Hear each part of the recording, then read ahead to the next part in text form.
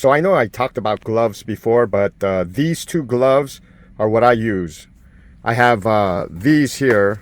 They're my fueling gloves. It's got a rubber coating on it. It's pretty good. It's very useful. It works well. I put a latex glove or a surgical glove first and then put these on after. And these are supposed to be water resistant. I try to use these gloves, and so far they've been pretty effective. Now these here, these are the gems. Okay, so I had another pair of gloves that I was using before, but these are leather. I mean, they're not the best quality leather, but these are $4. Now, both of these are cheap, you know, but these are $4 for a pair right now at Harbor Freight. So yeah, these two gloves, that I use this for landing gear, sliding tandems, just overall usage around the trailer and truck. You know, just keep your hands safe. And the good thing about this is that with this leather, with other gloves like that have coating or anything like that, it doesn't glide that well. So this leather here allows me to crank the landing gear without any kind of weird friction, or it slides. It kind of glides like if it's like your own hand, but except you have a layer of leather on it. So, but anyway, this is what I use to protect my hands, you know, these two gloves here. I don't know if you could see this or not, but one of the garbage trucks hit the power pole here, knocked out all the power in the warehouse. Now the warehouse workers can't get in to unload us because they said it was dangerous for them to be in the warehouse. This is crazy. Snapped it in two. It's being held up by the wires here, the power lines. See the bottom post on the ground there? Yeah, crazy. See that leaning?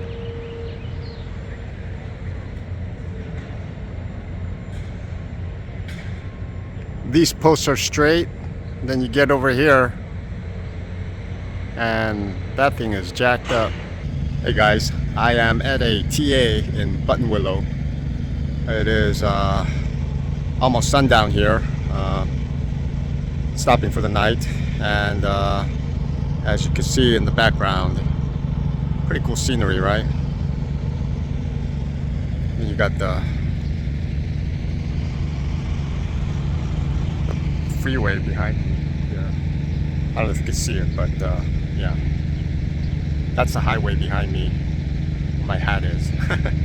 But yeah, pretty cool scenery. I am at a TA. I am in Buttonwillow. It's pretty cool here. Had some steak here. There's a decent restaurant here. They're known for their barbecue, but I opted for the New York and did not disappoint. It was good. It's Wednesday night, so I worked pretty much 2 days, and I had a lot of drama today. Like I said, you have to expect the unexpected, and you know, it comes with the territory, and gotta always have a thick skin and go with the flow, right? Yeah, make things work. Yeah, but I can't complain. It's a good job, and even with the drama and the hiccups and the delays and everything else that goes on, I'm blessed. What's going on, my people? So this week, it started off a little bumpy. We had a couple short runs, a lot of mix-ups, a lot of waiting, and then Thursday, Friday, Saturday ended up being pretty good. So I got a total of 6 runs, 3 good round trips, 2 up to NorCal, 1 to Phoenix and back on Saturday at the end. It ended up being a pretty good week. It was tiring towards the end because I was jamming everything in, but I like running like that, so it was good. This week, again, they shorted my pay. One of my assignments was missing, and I realized it's not done on purpose or there's no malicious intent, but you know, these things happen. So I reached out, and hopefully they'll fix it soon, you know. But I'm starting to get used to kind of like the patterns of how things happen, and sometimes it's like those things, you know, like that week you forgot to take out the trash at your house, you know. It's horrible, but you know, it happens, right? Unfortunately, it happened to me twice in such a short period of time. So It is what it is. I don't care too much as long as I know that they're going to pay me in the end. The thing that's annoying is that I have to be so proactive with it without having to just lean on the company and know that I'm taken care of. That's one of the drawbacks. You have to make sure that you have to keep them accountable and make sure that everything is getting done. As an employee of a company, should you have to worry about stuff like that? Everybody has a different idea of how things should be, but it doesn't bother me. The system's not perfect, but it's annoying. It is annoying, yeah. So last week they put me on a program to go to from Southern California, Ontario, up to Northern California, Stockton, back and forth, for a total of about 3 round trip runs during the week. And I was open to that idea, but like I said in previous videos, I like to run tighter schedules, so I don't like doing 400 miles a day and calling it a day. I like trying to get up to beyond 500-600 as much as possible every day. What ended up happening was it was 6 days of 380 or so every day. And yeah, it was drawn out and I didn't enjoy it that much. So I thought they would put me in a tighter schedule with the same routes. But this week, what ended up happening was I went back to Tuesday to Saturday and doing normal runs to Phoenix and to Northern California, and open to doing Utah, Nevada, anywhere in California and Arizona. So I see a lot of frustration being built up because of these expectations, things that are being promised, the way people are dealing with things, the way we drivers are dealing with things, and the way that people in the office deal with things. So on both sides of the coin, both on the driver's side and the office side, in pretty much every company, I think, but just from personal experience, there isn't always a level of honesty, accountability, transparency, and integrity. So a lot of times you've got people in charge, managers, details, whoever, making promises, but it's kind of out of their control, because there's a lot of moving parts in the company, but they have the best of intentions and they'll make promises. And then sometimes you get in a jam and then you kind of BS or say things that aren't 100% accurate. And then there are times when you have to save your butt, cover your butt, cover your ass, right? So CYA, and you do things, make decisions at the spur of the moment that protect you, but that kind of puts pressure or puts the other person in an adverse situation.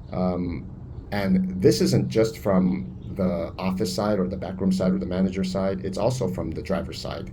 I've noticed a lot of us drivers too, we could work on our honesty, our integrity, and a lot of things that has to deal with expectations as well, and so when we talk about situations, we kind of gripe and complain about how imperfect those guys are, the people in charge, the people planning and whatnot. And the more of that thinking we have, the more we're going to label them, demonize them, and have a reason why we're justified in our frustration. If you look at the flip side of the coin, I think just human nature, us human beings, we tend to make ourselves the exception. We can't have anybody else BS to me, but the minute I need to, I can BS to get out of a jam or to, get out of a situation or get a situation working in my favor. And this is human nature. When we talk about paying taxes, we were going to sit there and find out every loophole, every way to pay the least amount of tax legally. And a lot of people out there cheat on their taxes and pay the least amount, but we want everybody else in America to pay all their taxes. This is how life works. We could drive on the freeway at excessive speeds in a personal car and go fast when we're running late.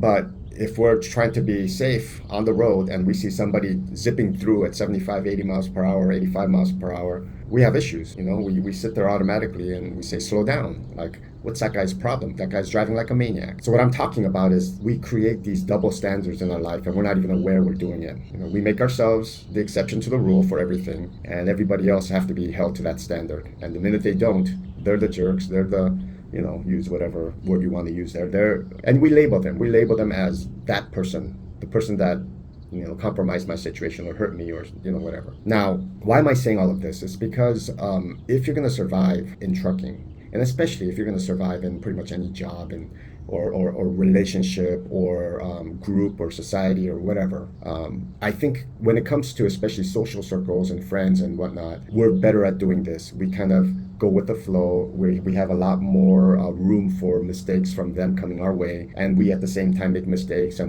we feel like they're going to accept our mistakes. At a trucking job, at a job where you have to, they're going to scrutinize everything that you do. And if you make a mistake and they know about it, you can potentially get fired. Your back's on the wall. You're a little bit more cautious and high strung when it comes to those situations. And I think it goes both ways. The company wants to do their part to make sure that they're not making mistakes, but they do. The drivers are doing our part so that we're not making mistakes, but we do. So going back to this double standard that we have, instead of having this double standard where we're okay, we're licensed to do whatever as long as we get away with it. They used to have a saying when we were younger, if you're not cheating, you're not trying. And that's the kind of generation where we grew up in. And I know smart, successful people cheat. A lot of times they cheat. People know how to evade taxes, go through loopholes, and they become very good at being the exception to the rule, while trying to force everybody to uphold a certain standard. So knowing that you're in this type of a climate where the people working in the company feel like they have to do their best job, but every once in a while will get into a bind, and then they have to maneuver to get out of that bind.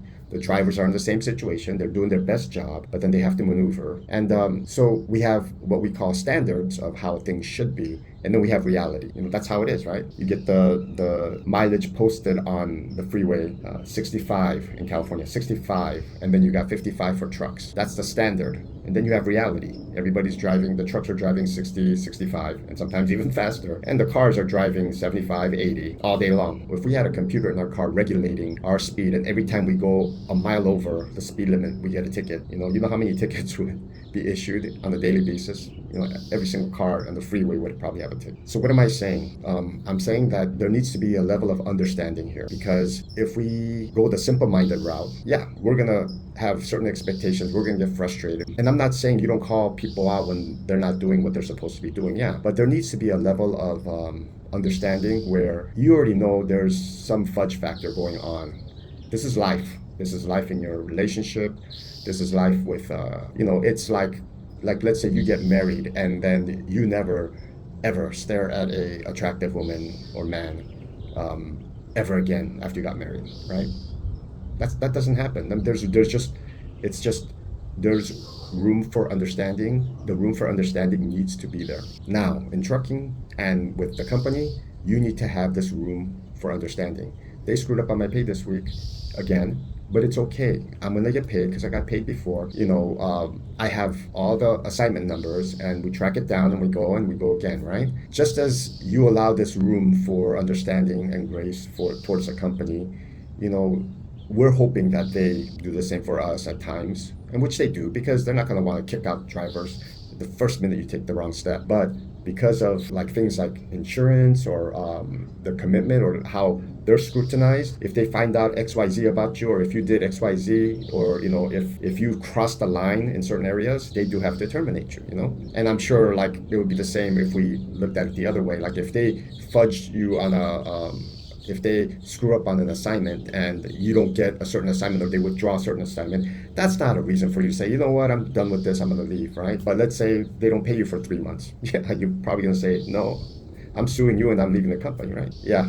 So the encouragement that I wanted to give you this week is having a level of understanding towards how we are as drivers, understanding how the company is as a company. And if there is a genuine malicious intent, you need to sniff that out. I mean, even within yourself, if you have a malicious intent to just take advantage of the company, screw the company all the time, then that's not a good situation. You need to do your own soul searching. I'm not going to dictate morality here, but having an awareness, being able to reflect on how we are acting and react. We got to be aware that we're not saints. Nobody's a saint out here, doing everything perfectly. I'm not a saint.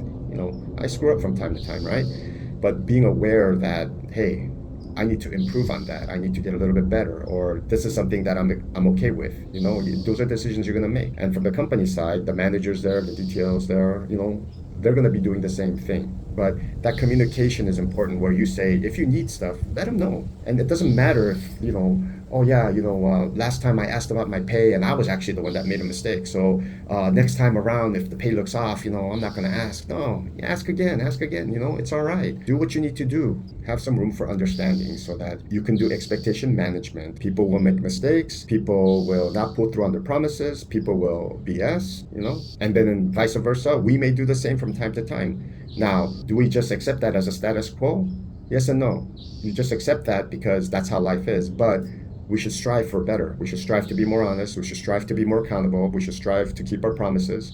Those are things areas that we want to work on and get better with. But you can't force that on everybody else. You can call people out, but you can't force them to be at a certain standard. But we can work on ourselves to have a higher standard.